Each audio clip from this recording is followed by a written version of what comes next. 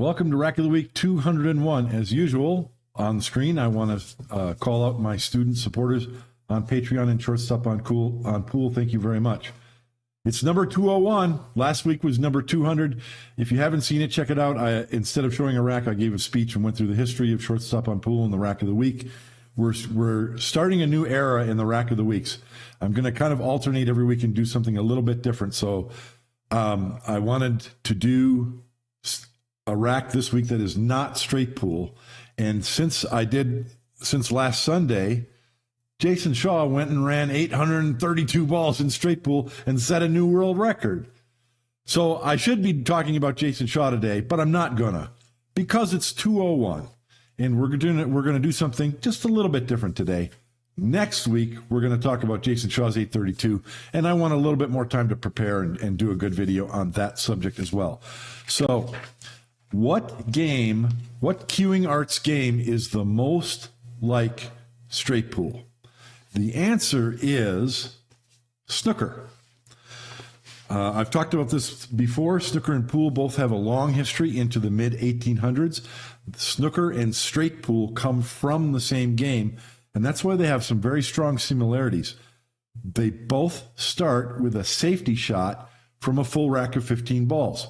What you're looking at on screen is one of the most famous racks of snooker that's ever been played. And so many of you have already seen this, but I want to talk about it. We're going to run through it, and it doesn't take long, because the reason why this is famous is Ronnie O'Sullivan runs this rack in 5 minutes, I think 5 minutes and 8 seconds. Now, your typical straight pool rack, usually if it doesn't take a lot of study and a lot of breakouts, 3 to 5 minutes is what it takes for most pros to run a typical straight pool rack. That's 14 shots. In order to clear the table in snooker with the full set of balls on the table, you're playing 37 shots. So over twice as many shots in 5 minutes and 8 seconds.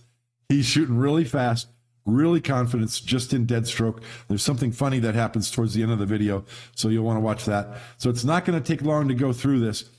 There has been a few safeties in this game, and it gets to this point where Ronnie has a long shot on this red ball. I don't think I need to go through the rules of snooker very thoroughly. Most of you know that the red balls are each worth 1 point. The colored balls are worth face value from 2 to 7. There's 6 colored balls. You have to shoot a red ball, then shoot a colored ball. The red ball stays down. The colored ball spots back up.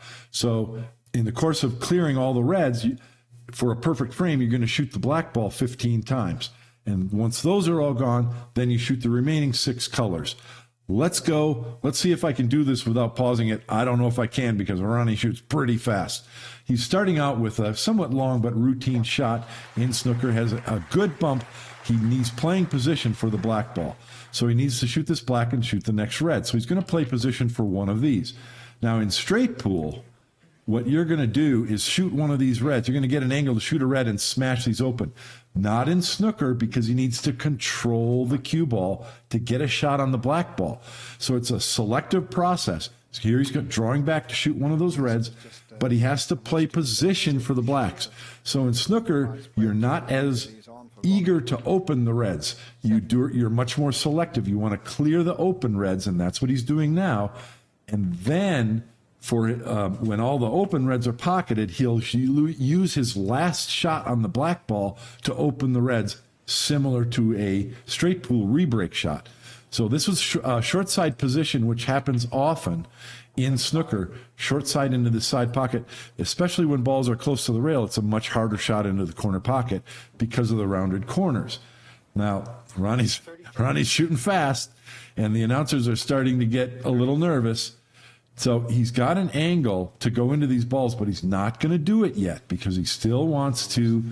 So he went and checked his angle to make sure that he can pocket this red. The cue ball is going to nudge off the pack and go forward so that he can get position on the black ball again. Then he'll pocket the black, and from this red, he needs to get an angle on the black to open the pack of reds. So the black comes back up, so he's got to go forward. Notice he didn't roll that. How many times do I say we don't want to roll balls playing a straight pool type of game? Stunned it forward.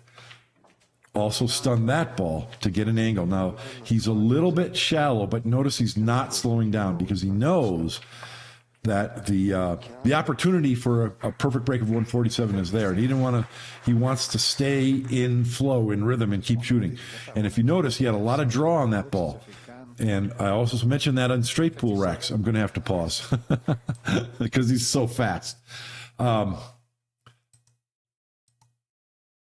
When you shoot the ball hard, the cue ball stays on the tangent line longer. So when the cue ball was here just a moment ago and he shot the black ball and the cue ball went into the reds, he had draw on that ball. That doesn't mean that the cue ball is going to go this way and miss the pack. When you hit it hard, the cue ball stays on the tangent line longer, even though you have draw on the ball. So the cue ball went straight into the rack. The ball started to open. The cue ball caromed this direction off of that red, and then the draw took and it pulled back into them. That's a championship shot. That's the type of shot you used to see a lot in old school straight pool, where Willie Mosconi and others would use topspin to get the cue ball to burrow through the rack. But here, Ronnie O'Sullivan did the same thing with a powerful draw stroke. Just incredible.